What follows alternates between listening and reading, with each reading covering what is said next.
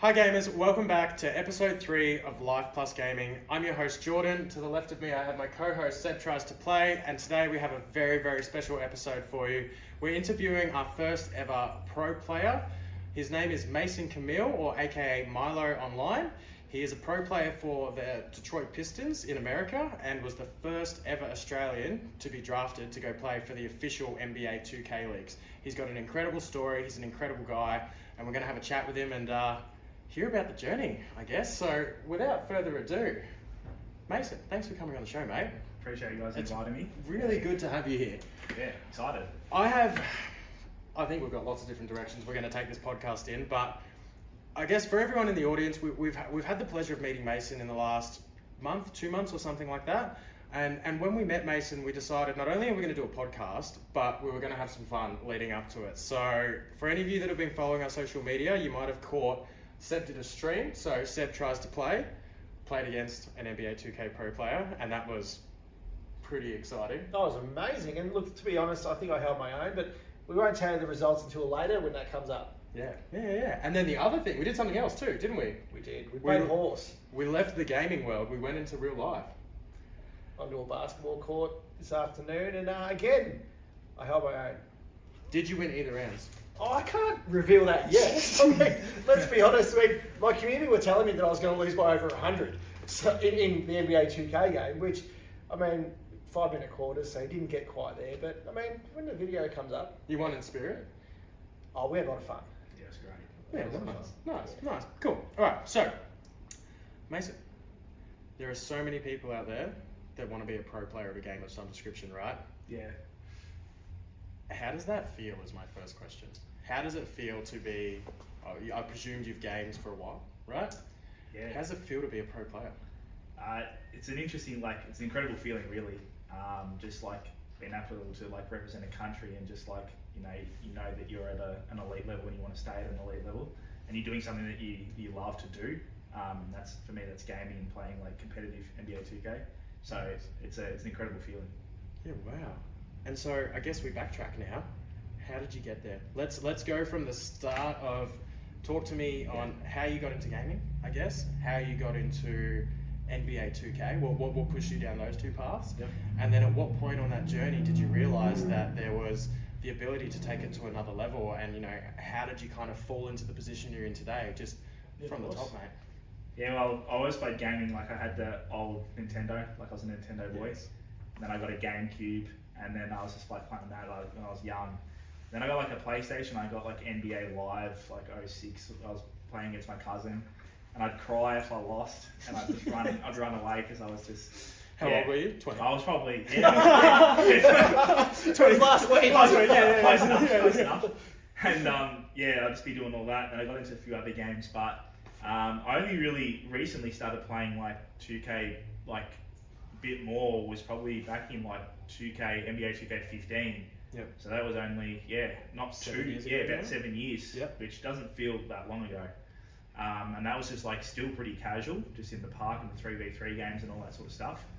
And I just kept doing that, and then basically I sort of originated this whole 5v5 thing in this region. My team was the first ever, because Australia's so small with NBA. We were the first ever 5v5 team to sort of get into it, and there was 2 of them. There was basically literally 15 players in the server. Two teams playing against each other every night on NBA 2K16, Team Lockup and EXE, and we were the 2 teams really, and we do that for another year in NBA 2K17, and then a few more teams sort of grew, and I used to make YouTube videos and sort of started growing the scene really. So I've been since the really beginning of all this, and then 2K18 we a massive jump of teams, and then into 2K19, and during the COVID years there was a bunch of teams because people were at home a lot and they were seeing videos online, and they were seeing when the NBA 2K League got announced, then a lot of people started playing 5v5 because the game's mainly 3v3 when you look it up on YouTube, but the competitive aspect is the 5v5. Yeah. And I just keep on doing that, and then I saw the NBA 2K League and wanted to get involved in that, and pretty much I think it was in 2019, so the first year of it, I basically tried out, and it was a combine with all the players, and I ended up getting selected to go to Hong Kong because I was a top 10 player in Australia, and they flew out 10 of the best Australian players, 10 of the best Chinese, Indonesian, Japan players, and all to into Hong Kong. And basically, the NBA2K League filmed it, flew us all out, paid for our accommodation for 3-4 days. That's great, yeah. And basically, we played in the combine, we switched the teams around, and then played in the tournament play at the very end. And so through that, I was one of the 3 players that got into the actual draft pool from that tournament. And so I was in a draft pool of 200 people. Probably about, I think, 190 of them were Americans, and about 10 were Australia, Europeans, because this happened in Europe as well. We were the Asia Pacific region, and then there was the Europeans, so Paris and all that. And so then that year I missed out, and basically the same thing sort of happened the next year, but the event was in South Korea, so I got flew out again, and I was one of the only players that went to 2 events as well. And as I went to South Korea, and I got into the pool again and missed out again, so I got interviewed by about 5 to 10 teams, but still got declined. And at that point, there was, I think, a European player in the league. There was a Spain player, and mostly Americans. But I knew that they would like want to have an Australian player. Like eventually, I knew that I know it would be good for the league, and I could bring a lot to the table as an Australian player and promote Australia and represent Australia in a good way. Yeah, I got to the following year, and I did the same thing, but this year, because of COVID regulations, we didn't end up going overseas. We just stayed locally. So it was all remote from home. It was all remote, and but this time they included the United States in it. So we played remotely, and I ended up having a really, really impressive game against a player that actually plays for the Miami Heat now, the center for there, and he was the center at the time for them, and he was playing the combine.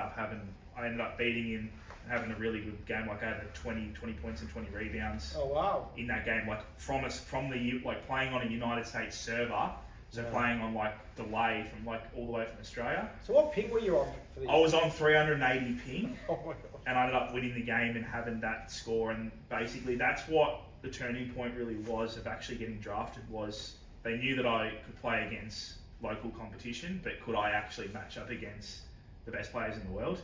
And you did. And I did from Australia, and and then I got an interview by a few teams, and Pistons were one of the teams, and basically just Drafted you. got drafted. Wow.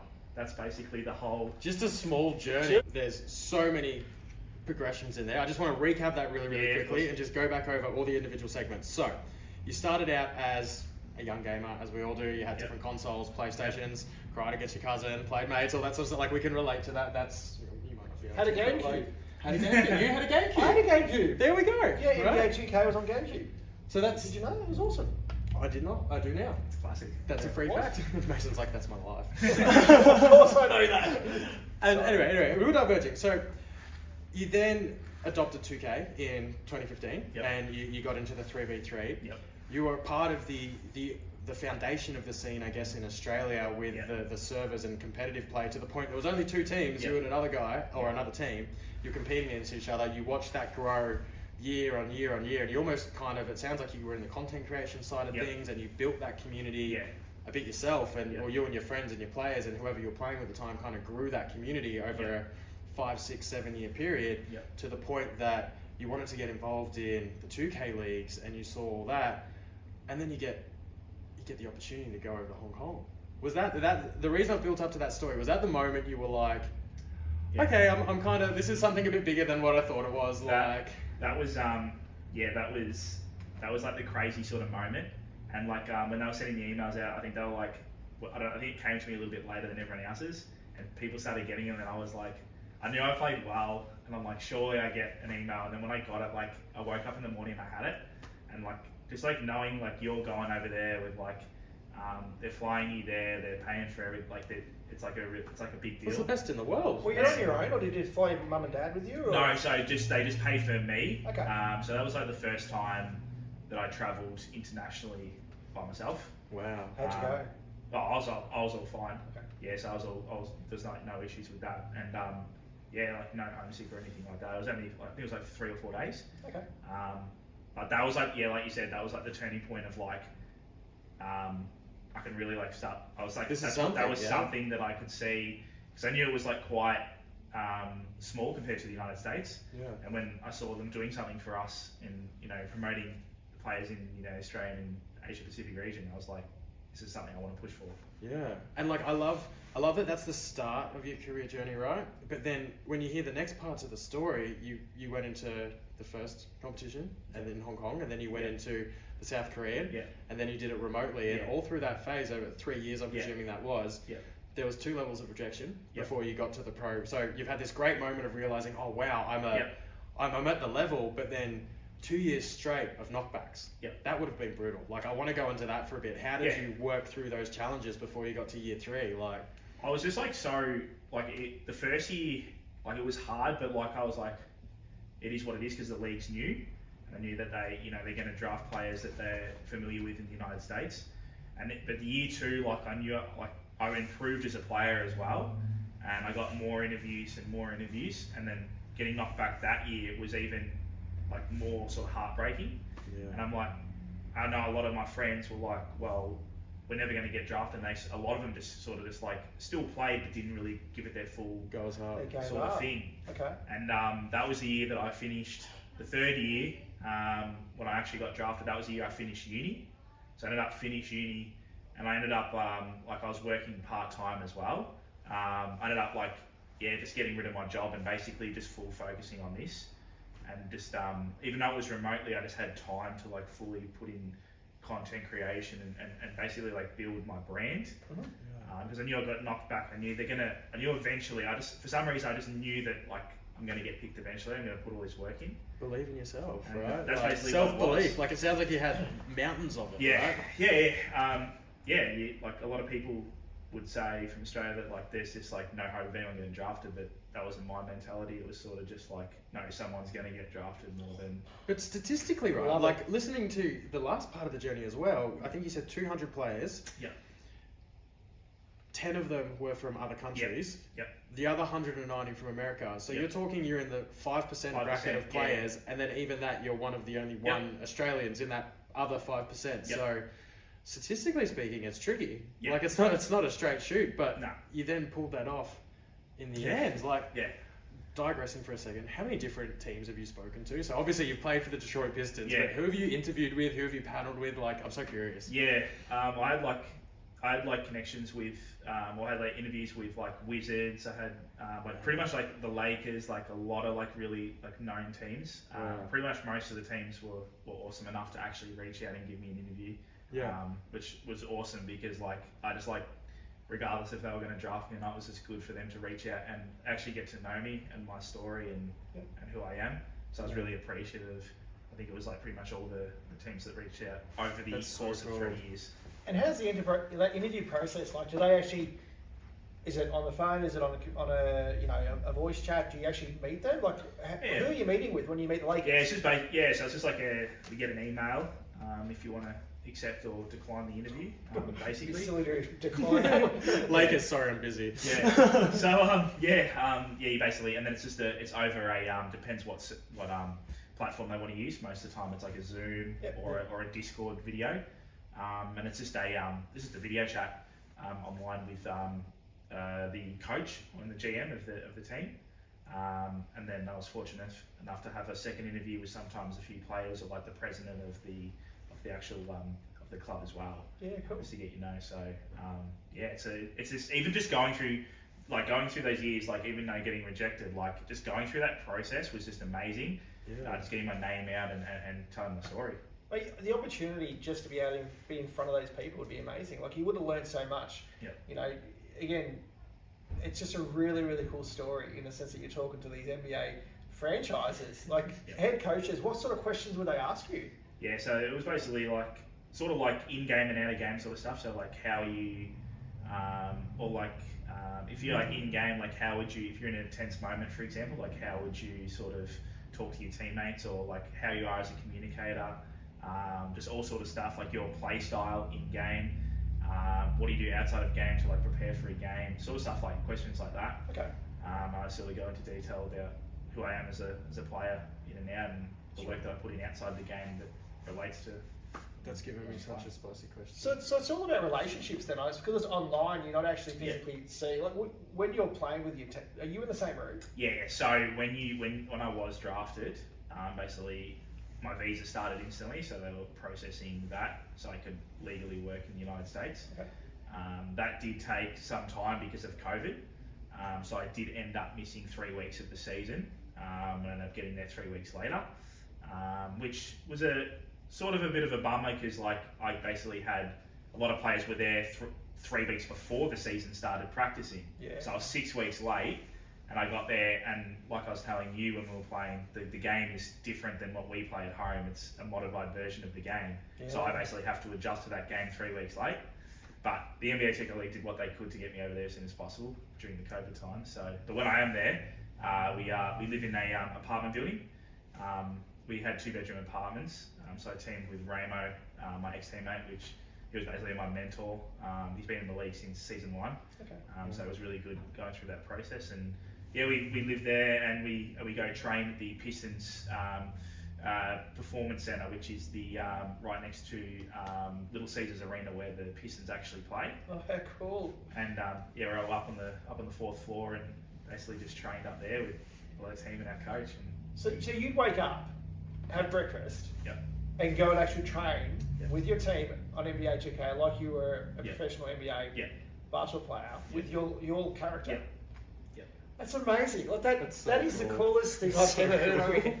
I mean, I know you've got a spicy question. No, I love this. This is great. More into this, and I think I'd like to Yep. talk about your actual character that you. Yep. Every year you have Yep. to rebuild this character. Yep. And positions you like to play. Tell us a bit Yep. about that and Yep. where, like, maybe your first My Career Player was, and Yep. then sort of how you progressed into who you Yeah. are today. Well, I sort of like, when I first just started playing, I was sort of like a point guard, and I played as a small player, just like casually. Yep. But when I got into the competitive scene, like our center actually had to move overseas for a job. So obviously he was done with it, and so I ended up moving to that position just to fill in for casually, and I ended up being actually quite good at it, even better than what I was doing at another role. As a point guard. Yeah. And so yeah, I ended up doing that, and I sort of just stuck with it because I was seeing success with it.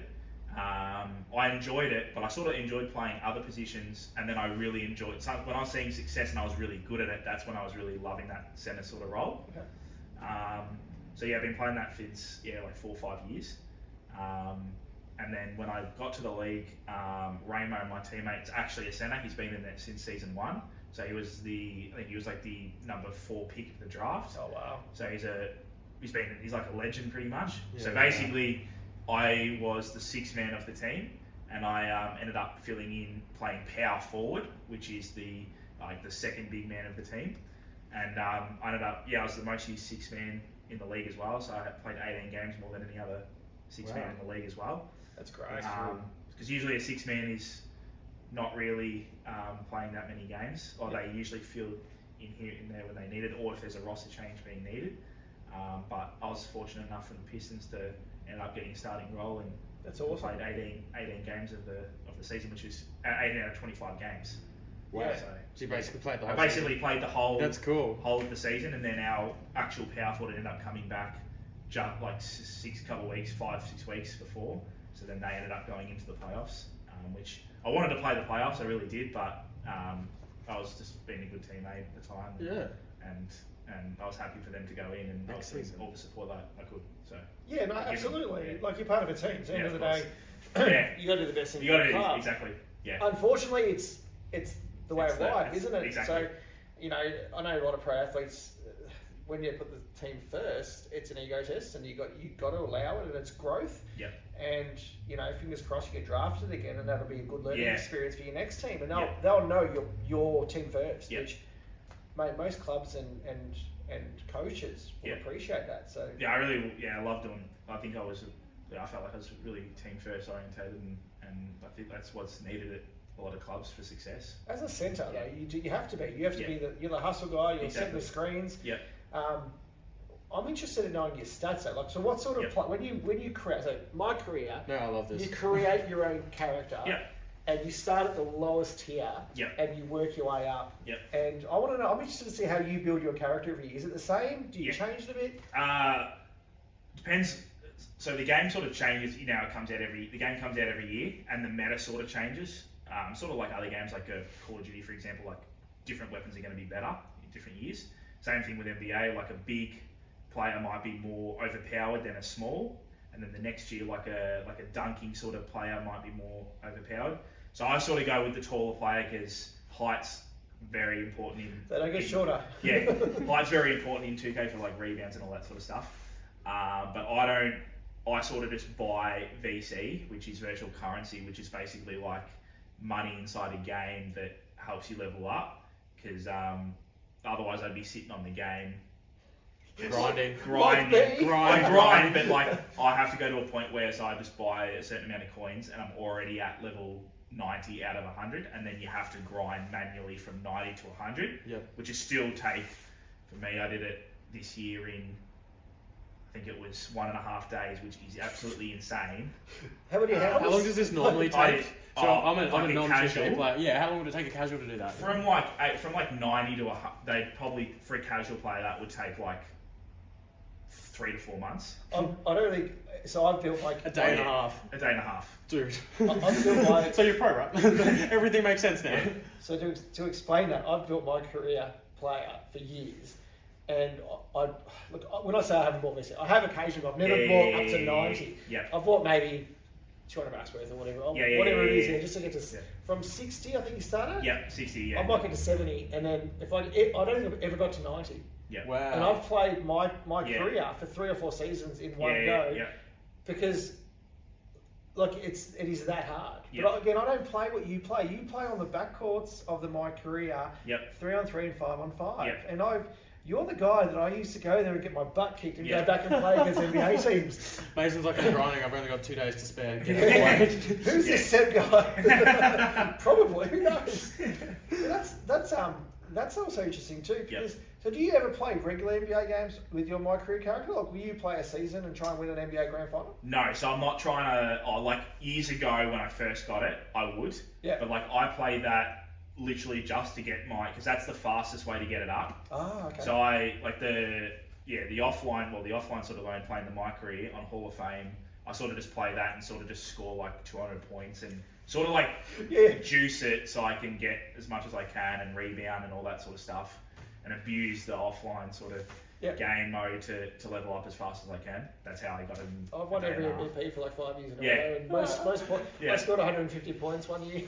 This is because you play for fun. But I played 12-minute quarters. So, no, I love it. It's really cool. Yeah, it's impressive. Like, because I'm not a 2K player, but like I can respect that. You know, grinding a game or a battle pass or the levels or something. Like I'm a WoW player, I'm a MMO player. Do you know what I mean? So I get leveling, but to do that in a day and a half. Like that's the weight, I think, in the difference between a standard player and a pro player. Yeah. And how did that go, by the way? Maybe that's time to interject that. How did a match between a standard player and a pro player go? Because we did this. We set this up. We had to see it. Seb's got a great community. We love his stream. We had this opportunity, obviously, with Mason. How did rookie, versus pro? Well, roll the footage. Roll the footage? We'll have a watch. We'll have a watch. But was it hard? Was it easy?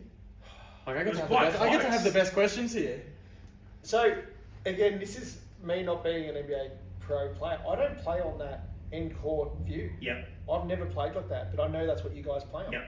I've always played on the... Oh, the broadcast? Yeah, I just love broadcast. Yep. It just felt more natural. Yep. So trying to play on that side, and because I'd only played one other time, NBA2K 23, and I haven't played 22, I didn't realise the right stick shot, and I kept making mistakes that...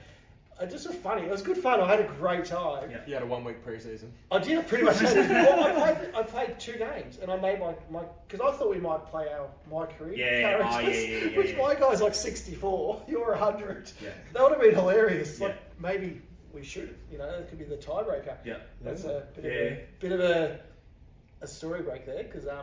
I mean, I had a lot of fun, mate. What did you think of it? Did you enjoy it? Yeah, I enjoyed it. Yeah, it was good. Like I was saying. Just to play, because I usually play as my character, it's good to actually play as the Portland Trail Blazers.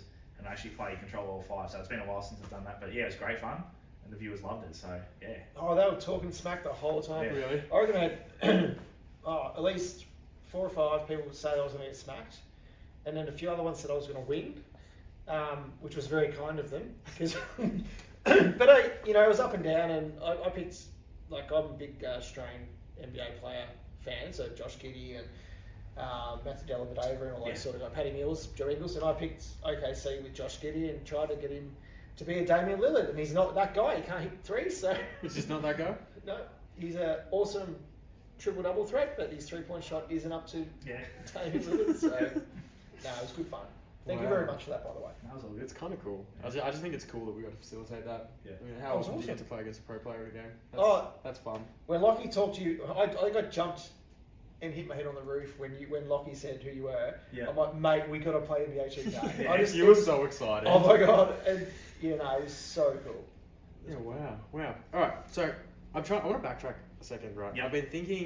I'm trying to think of what would people want to know? Like if someone could ask you any questions and stuff. And so I'd love to know 2 questions in one. What's your pre-game ritual, right? So what do you do before competitive play? Not practice, but when you're over there and you're getting ready for a big game, what do you do? And then run us through your favorite game or a highlight game or something like what is the game? What is your achievements in your career you're most proud of? And then what mindset you get into before you do that effectively? So Of course. run me through that scenario. Sort of like pre-game sort of stuff was usually we'd always have like a team sort of lunch or depending where we play, like a sort of a team dinner. Yeah. Sort of just like to get like the chemistry and sort of the vibes, everyone's together, not just wandering all over the place. Yeah. So we'd always sort of like eat dinner together, then we'd go to the facility together and sort of watch over a few other teams as well, or the team that we're playing, and sort of talk game plan. And then for the last like 30, 45 minutes, we just have some music playing and just kick back and put up some shots. Yeah. And sort of just get into that, like you don't want to get too focused, but you sort of just want to get your mental right. So that was like, found that really good, just listen to music and just like relaxing, put up some shots. So a real warm-up, like a warm-up for a game. Pretty much. So, real quickly, do you travel to other facilities and play other teams? Well, that's actually how it's done most years. But when I was there, it was at prime COVID. Okay. So we were playing remotely from Detroit. Yeah. But if that wasn't the case, we'd be going to where right now it's in Washington DC, but at the time it would have been in New York City, so Manhattan. That's so cool. And it would have been awesome to keep on traveling there every week in the weekend. Then you come back and then you go. Because of COVID, they couldn't do that. But we did get to go to Dallas for the playoffs. Because that was in person, but there was a lot of mask restrictions and vaccine. So that was pretty like a bubble in a sense. Yeah. But it was still awesome to actually go and play live in Dallas. And That's amazing. Did you find the COVID rules affected your gameplay? Was it harder to game, an American COVID with the mask? Well, the thing is, different circumstances. The rules is we actually had to play with a mask on in a room, even though we were the only. We live together, eat together, hang out together, but you have to wear a mask. We had to wear a mask in the. Don't get me started with all this stuff. Wow. We had to wear a mask. We had to wear a mask in the game. Your character? No. do little COVID 2K League masks and stuff like that. Well, they sell them in the actual game. Do they actually? They do? No. Yeah, they do. No. I'm Is that just in sorry. like the recent editions? Like, they have like different ones. Like they had like all the 2K League teams. Like we had like a Detroit one and all that sort of stuff. And we had them in person as well. So like they got the Detroit mask. But yeah, we actually had to wear the masks. I guess that was just a policy because not everyone was. It wasn't required to be vaccinated that season. Yeah, okay. Where it is now, so there's no. Yeah, okay. Obviously that was very hard because communicating with a mask in a room where it's only us, so it was a bit. Were you still on headsets in the room? Still on headset with Still a on mask, mic and comm, yep. So it was actually quite difficult to. A bit muffled, yeah. Yeah, it was like muffled. It distorted definitely was and stuff. muffled. Yeah. So that was a little bit of an issue, but other than that, the highlights was probably getting into the semi-finals of one of the tournaments. Yeah. Who are you playing? Yeah, I had a really good game, and we ended up the last bucket to get us through to the semi-finals, which was a really big game for me. Wow. Even my first game of the season, beating the Kings, a team that was predicted to beat us, and then 2-0ing them. Oh, wow. And doing all this, like, I was playing a position that like I wasn't drafted for or I wasn't known for. So like I was sort of like thrown in, not really thrown in, like I was happy to do it, but it was a position I like never really practiced. Yeah. I sort of just knew how to play it a little bit. So I was pretty like happy with myself, like going in and filling the roles of someone else's position. And then winning. And then winning. And then against the team you got the odds stacked against. Yeah, That's cool. And then probably like the biggest sort of like highlight was at the end of the season. I ended up getting to play one game on centre, like the actual position that I played. So it was the second, I believe it was the second or the last game of the actual regular season before the playoffs. And bear in mind, I wasn't really playing centre that much because I was trying to practice power forward, the role that I was playing during the season. I ended up playing centre against the Atlanta Hawks, and I had a double-double and almost a triple-double. Wow. Playing. Right. So like actually getting to show coaches and like the other like players that I was really happy with that because like I wanted to show that I could play the position that I wanted to play and I was like so people know that I can actually play that at an elite level. Love it. So I got to like prove Yeah. that, which I really so cool. yeah. That's so cool. Do you know what a triple double is or a double double is? Isn't that where you shoot from the double point line?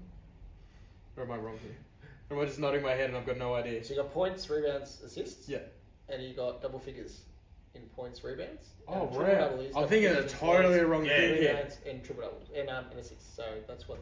So you're just a superstar all It's round. amazing. Like it's really even in NBA2K, it's really hard to get 10 assists, 10 rebounds, Yeah. and 10 points.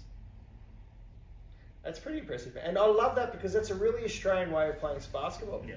Like that is like we're talking about the NBA playoffs just finished, and Yeah. Denver Nuggets just won, and Nikola Jokic is one of the most amazing players to watch because he plays that European, Australian type of pass first, look for the open guy, does a bit of everything, which is why they won the NBA Grand Final this year. NBA Championships, not Yeah. Grand Final. But yeah, I mean, I love that. That's awesome. Good story. That's cool. Yeah. That's cool. All right. So I think we've established at this point in the episode that He's you're good. pretty good at 2K, and you've got a crazy journey to get where you've gotten. It's not like you were just fluked out of high school and drafted by a team. You really worked hard for that over a long period of time and almost built the community and all of that. What I want to point out on this podcast right now, for anyone that's watching, is that we're from a town in regional Victoria. The population count of our town is 140,000.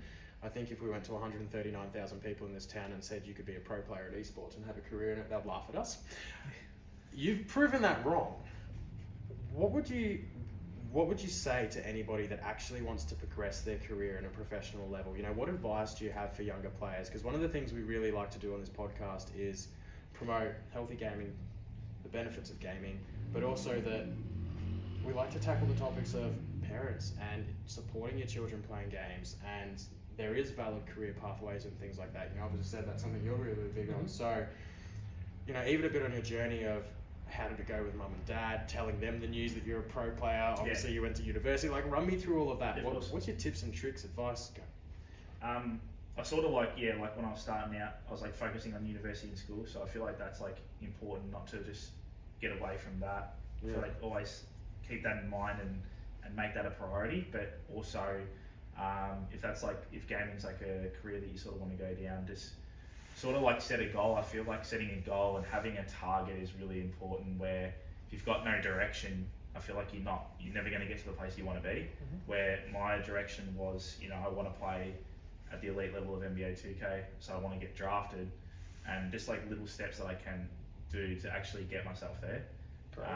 And just setting that main target, and just basically like tips to get there was, it's not, I've told this to like a lot of people, I feel like it's not always like how good you are on the game. Like obviously that's going to be important, but it's more like it's these days like you need to be a brand. You need to actually like have a figure and know how to market yourself outside of the game and be like a brand towards a team, because that's what a lot of teams are looking for. Like a lot of the players they all know that a lot of players are talented.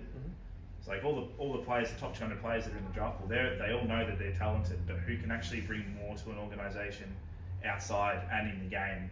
And I feel like that's sort of like something that I know I can do, and that's what I sort of like focused on a lot to actually get to that level, because I knew I could bring, you know, an elite player to the team, but I feel like I could bring like a lot of things outside the game that will help the actual organisation. Would you say that's equally as important as playing the game then? Because like I think from your earlier stories, you were in the content creation back when there was 2 teams in 2015. You know, so it sounds like you've done this for a long time. Yeah. How highly do you weight that? You know, where does being good at the game, natural ability, or building a brand and getting yourself where you want? You know, content creation. I feel like they're both like equally. Like you've got to be good to get to the certain levels to where like to the events overseas. But like if you're like, you could be like a talented player, but if you have like no brand, you're not gonna get to that level. You've sort of got to sort of balance the two. Like you could have all the skill in the world, and then if you just like market yourself and basically put yourself out there and get videos of yourself and tell you who you are. That's what I did. I basically put out a video before the draft, just explaining who I am from a town in Ballarat, and I feel like that was, you know, the actual coaches and all that actually say who he is and your personality and all that. Yeah. So I just sort of I feel like they're both sort of like equally important, and then you can sort of like boost off each other of them. So it's a show me the money sort of avenue, isn't it? So how can I sell or market Milo as not just an NBA player, but as a marketable entity? Because at the end of the day, Detroit Pistons are paying you to be a player, but they want to market you so they can get more people to watch, more people to get involved. Yeah, that's where the money comes from. They get money from their sponsorships, get money from companies who want to be involved, and that's what an establishment wants, doesn't it? They want someone that can be marketable. So what you're saying is 100% correct. Yeah, because we ended up doing I did a free channel over there where I brought over like Milo, I brought over Vegemite, and I did we basically like tasted it through the whole team. How'd they go? Vegemite was a delicacy. A lot of the Did you show them how much to put on though? Because I had Vegemite too. We didn't actually do it. We should have done it on bread. They just had it like just straight out. out. No, yeah. that is butter I bread. know. So they should have done it like that, but we ended up tasting like a bunch of things, and but like we ended up getting like a DoorDash sponsor out of it. Oh, what? Exactly. So someone watches so that. like that's crazy. We ended up doing that, and then so DoorDash like sent us out like they wanted to see me try American food. So then they would send out like all these American foods to us, and I would taste so test it. cool. It's exactly what you're explaining. 100%. I love that. Good question, mate. That's so cool. Yeah, I really What'd you eat? Sorry. Yeah. What American food did they make you eat? Fried chicken. I had this thing called a Coney dog, which is it's at Coney Island, which is a place in Detroit. It's like a hot dog with like basically like a hot dog here, but it's like a real like greasy dog. It was good. It was pretty good. It was just hella greasy. Like chicken wings, like all the sort of like American food. Yeah, and it's this there's this takeaway called Chick-fil-A. Yeah. It's like, it was insane. Yeah. It was like, it's just, I don't even know how to explain it to here. It was just like amazing. You may lose followers. Chick-fil-A or KFC? KFC in America was terrible. Yeah. So the KFC here, I'd pick American Chick-fil-A over even KFC Australia. Wow. But the KFC here is better than the KFC in America. Yeah, okay. Yeah. KFC over in America, and you have a it's like a all you can eat like buffet, and there's not. Is it? Yeah. And it's just mashed potatoes. It's mashed potatoes and corn. It's not like chips. It's It's weird, and they don't call them burgers; they call them sandwiches. So, like a chicken sandwich. Yeah, right. A burger is like if you're having like a beef. Yeah. So when I was saying like a chicken burger, they'd be like, "What do you want?" Chicken sandwich, or like fries and like waffle fries and just weird language. That's so cool. We took our kids to when we were in LA and went to Anaheim for Disneyland. We went to KFC because I thought I'd never had it, and we just walked straight this is terrible. But Chick-fil-A is awesome. Amazing. Absolutely. Yeah. But I rate Burger King. I think Burger King's great. I reckon it's better than Hungry Jack's. I agree. I'm a sucker for Burger King. But it's pretty much, it's supposed to be the same thing, but it's not. It's not. Look, you can't beat home cooking, let's be honest. Let's be healthy and eat good food. But if we're talking about takeaway food, my wife watches this podcast. We just literally ate pizza. I understand, I'm a poster child for health. Hide the pizzas. Yes. No, it's all good. Just not Macca's. Just not Macca's. Yeah. But if you're watching, sponsor us. Yeah, Macca's, please. But we'll get Milo to eat some Big Macs, right? 100%. Right. Jump on Ronald, hit us up. All right, so we've digressed massively. We're now talking about fast food. That's great. That's brilliant. I think the direction I want to take this in next. So, where do you think you're at in your career? You know, we've done the start of the career, the grind, we've gotten into it, some of the fun things that have happened. You know, I'm Yep. sure there's a million stories that have gone down and things you can share. Yeah. What's next? Yeah. What's after that? You know, what's the journey of a pro player at this point? Are you Yeah. going to continue playing professionally? What happens? When does that journey end? What's the season like? You know, Yeah. how do you go? You've made it, you're there, you've done it. Now what? I still want to play because I feel like what's keeping me like so, because I know a lot of players that have been in it for a season sort of like move on to something else, that they've accomplished it or they want to move on, they have a family or something like that. Yeah. But for me, it's sort of like I've still got like so much, even more motivation than I had to actually get back in because I want to play like the position that I mainly play that I didn't get to play in season 4. Yeah.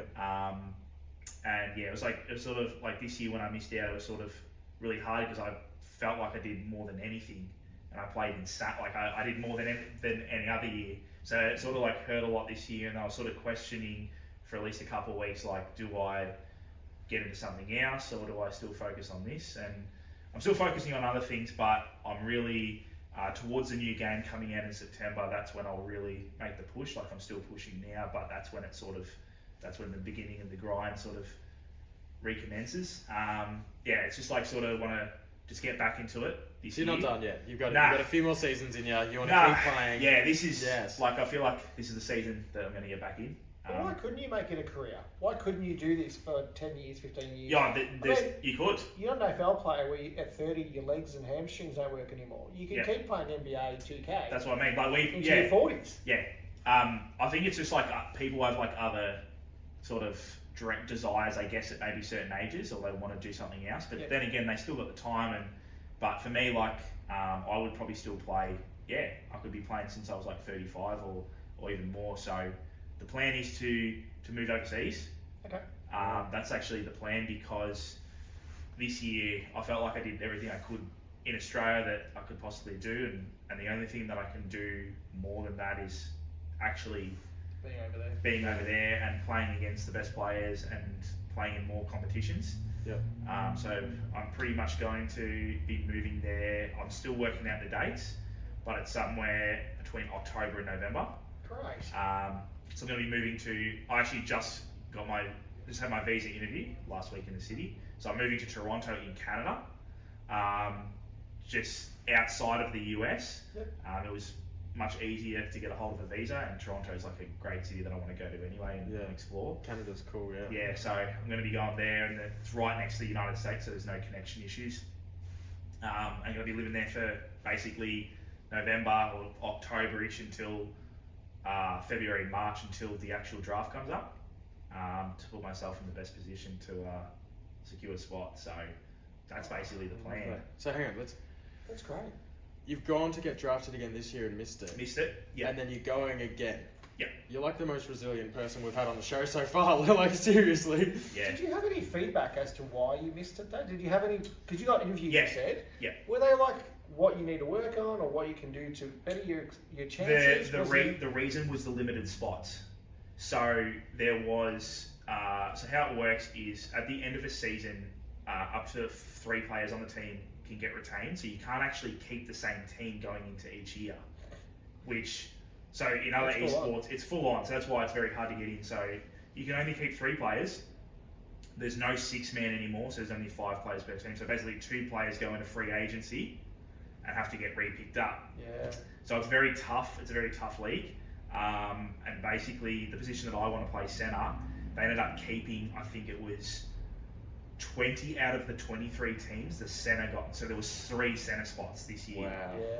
And I was very close with one team, and they ended up messaging me 12 hours before the draft happened, asking me if this certain player drops to a position, because it's like a draft, like an actual draft. They thought that this player was going to drop to another team, and they were going to get me if this player drops, and they said, do you want to play for us, all this sort of stuff. So I got my hopes up. Like, Can you tell us which team or not? You don't have to. No, yeah.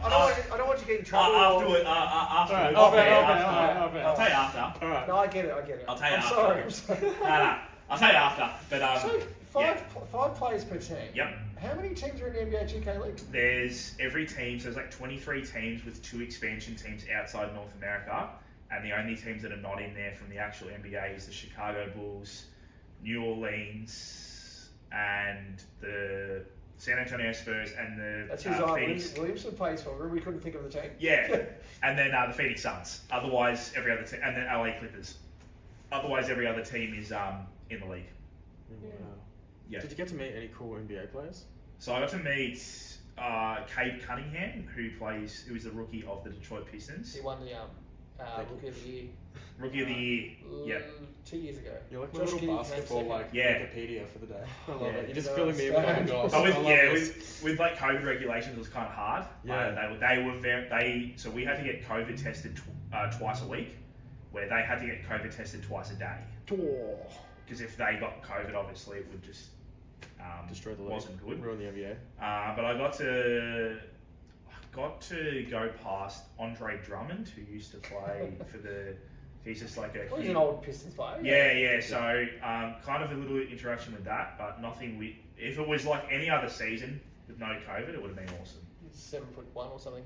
Really? Yeah. Big boy. Yeah. Wow. Yeah. Good Wow. player. Yeah. That's So, cool. though. so the 100, so 23 teams. Yep. You said. About Plus- 22, 23, something along the Plus lines. 2 expansion teams. Two expansion So say teams. 25 teams. Yeah, 25 teams. 5 players each. Yeah. 115 slots. With over 600,000. There was 120,000 people that played that tried out Yeah. every year. So when you were 120. saying statistics and there's limited amount of people, I was trying to figure out that part of it. Because yes, he's one from Australia, one of 10 international. Yep. But then when you put in the fact that there's only 25 Well, that's teams, roughly, 5 if it's- spots. There were 6 spots last year, Yep. now it's only 5 spots. And I think there's It's only 0.1%. Bloody hell. Roughly. Yeah. Can I ask- sorry, That's I just want to crazy. Australia. Could there be an opportunity for an Australian like NBL 2K? There. So Like a competition here where you yep. could play for Australia. So that was one of the expansion teams coming in this year. Oh. So the 2 expansion teams that are in the 2K League are so there's all the NBA teams, and then there's Gen G Tigers of Shanghai, so Shanghai team, Yeah. and just this year that came was the NBL. So they're basically called NBL Gaming. Okay. So they just joined this year. But that team's mostly American players at the moment, but they're hoping in the future that it becomes more Australian players. Yeah, Because wow. that's the growth of the sport. Yeah. Getting other countries involved, and because it's remote and Yeah. So would you try for the NBL team because it's like a bit of a home team sort of You thing? still gotta be or is drafted, that- though, you don't gotta Yeah, you still got to be you you still can't got to be pick. drafted, but I'm hoping hopefully next year we see some more Australians in that team, because obviously it's going to be a home sort of team. You'd think that we'd have a mostly Australian roster. because you still live in America because that's where the Yeah, tournaments are. they are located overseas still. Yeah. Yeah, but So my mind was going a million miles an hour with Yeah. obviously Oceania and yeah, No, it's other cool though. countries being involved, and Yep. you know the limited spots in teams. It's amazing, and I'm so proud of you for making it last year. Yeah. And again, I'm shattered you didn't make it this year. yeah, so I know, yeah. you're putting yourself in the best opportunity to get drafted Yep. for the next one. Yep. But geez, the potential in worldwide sports, that they've just started, and that's why I think your brand will be huge. Like keep pushing the brand. Yeah. I mean, you could be the face of Australian Yep. NBA2K. Why not? You actually could be. Yeah. That's like. I'm sorry, I'm still stuck on the statistics because I've gone if there's 115 players in the league, and there's 120,000 people that try out for it effectively. Yeah. That is literally like around 0.01% I'm trying out next of year. players out of everyone that plays 2K. That's why That's when you were crazy. talking about statistics, That's crazy. I was trying to That's- figure out how many players, how many teams. Yeah, it's ridiculous. That's crazy. So, if I don't even want to say it because we wish you the best of luck, Yep. genuinely. Yep. But if you don't find yourself back in the teams, right? Yep. will you stay involved in the 2K scene? Do you have plans to look for further development in there? You know, has your career in esports opened up the ability to continue to work internationally in the gaming industry or in the NBA industry of some description? Yeah. Like, do you see any of those pathways for you? It's not just limited to play, like... I sort of want to, I want to work in esports, like that's sort of what I want to do, or like a sports management sort of thing, because I went to uni and I graduated sports management business, so I sort of like working in the sporting industry at least. I feel like, if it doesn't go to plan this year, I feel like I'm always still going to go for it as long as I play 2K, but I'm also going to like push for other things as well, sort of like jobs within the sporting industry. Obviously I'd love to contact the NBA2K League if they needed anything, you know, because I feel like I'd be great, whether it's working social for them or anything like that. Yeah, that's cool. So I definitely would push that. But this year is like the real year where I'm like fully going to focus on that. And then I'd probably when it comes up next year, if I don't get in, I'd still go for it. But I obviously prioritise sort of like other things as well. But I feel like, while I'm still young and have the passion for it, you've really got to go for it. I mean, like, it's a hard and uncomfortable question to ask, isn't it? But I mean, little bit, you've got to be real about it. But mate, you've done everything you possibly can to put you in the best situation to get drafted. So, mate, go 100 miles an hour while you can. You haven't got kids. You've got It's no almost like the no Yeah, plan B. that's what. Bloody go for it. Yeah. Hell yeah. I'm coming with you. Yeah. Going to Toronto. You love this. I'm This is your gonna- favourite episode yet, isn't it? I'm buying VC, updating my Ulysses Changing Seth your tries to streamer play name. on the courts. Steph tries 2K for Seth life. tries 2K for life. I love it. It's awesome. No, good stuff, mate. That's brilliant. Very, very cool. Well, look, we also, not only did we play 2K, we caught up on a basketball court earlier today, played horse. And What's horse? Well, do you want me to explain it? Do you want to explain it? You explain, I'll yeah. explain. So What's a horse? Well, a horse is something you ride, but the game horse on a basketball court is that one player will shoot from a position on the court. It can be any kind of shot, 1 foot, facing the wrong way, and if that person makes it, the next person has to make the same shot. And if they don't, they get a letter. Yeah, wow. And it just keeps going and going until one person gets horse and they lose. So yeah, check out that video right now. That's what we did earlier today, and it was a lot of fun. There's another nearly win. Nearly win. You'll see at the end of the video. You'll see at the end of the video. That's cool. No, I've thoroughly enjoyed this, to be honest. This is one of the coolest podcasts I think we've done yet today. Your story's cool. The grind is cool. I'm trying to think if I have, I guess sort of from my perspective, my closing question to you, Mason, is where do you get your drive from?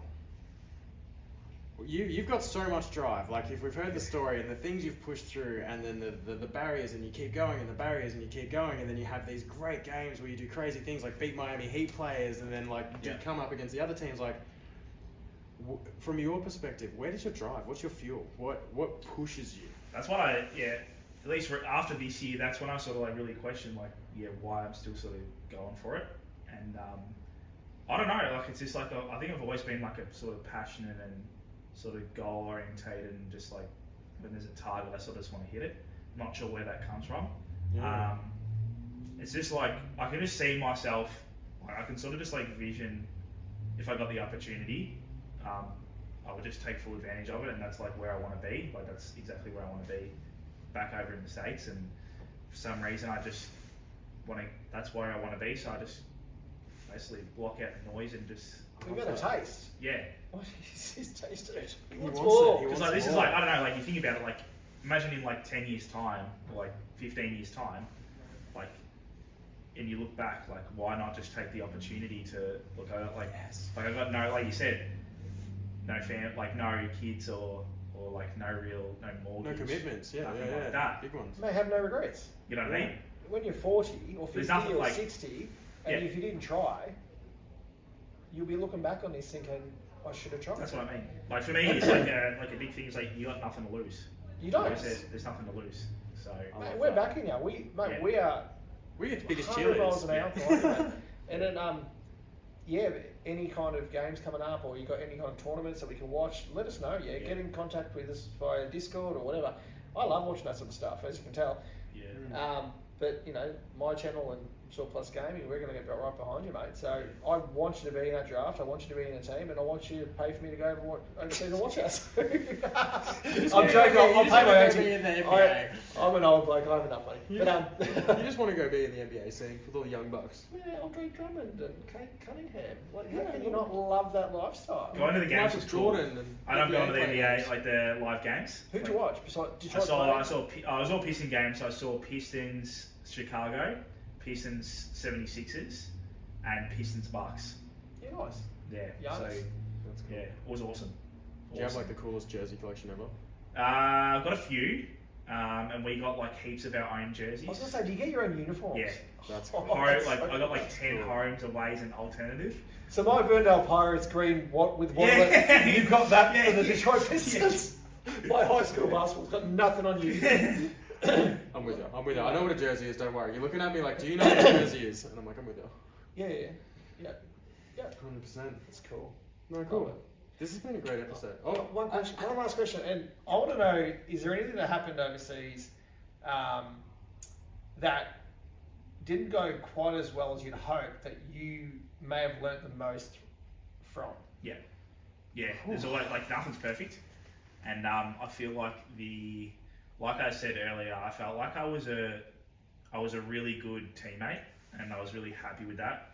But what I learnt and from my roommate, and when I came back and not being in the league this year, I knew I played well at the position that I didn't play, but I was very happy for them to play the starting player in there.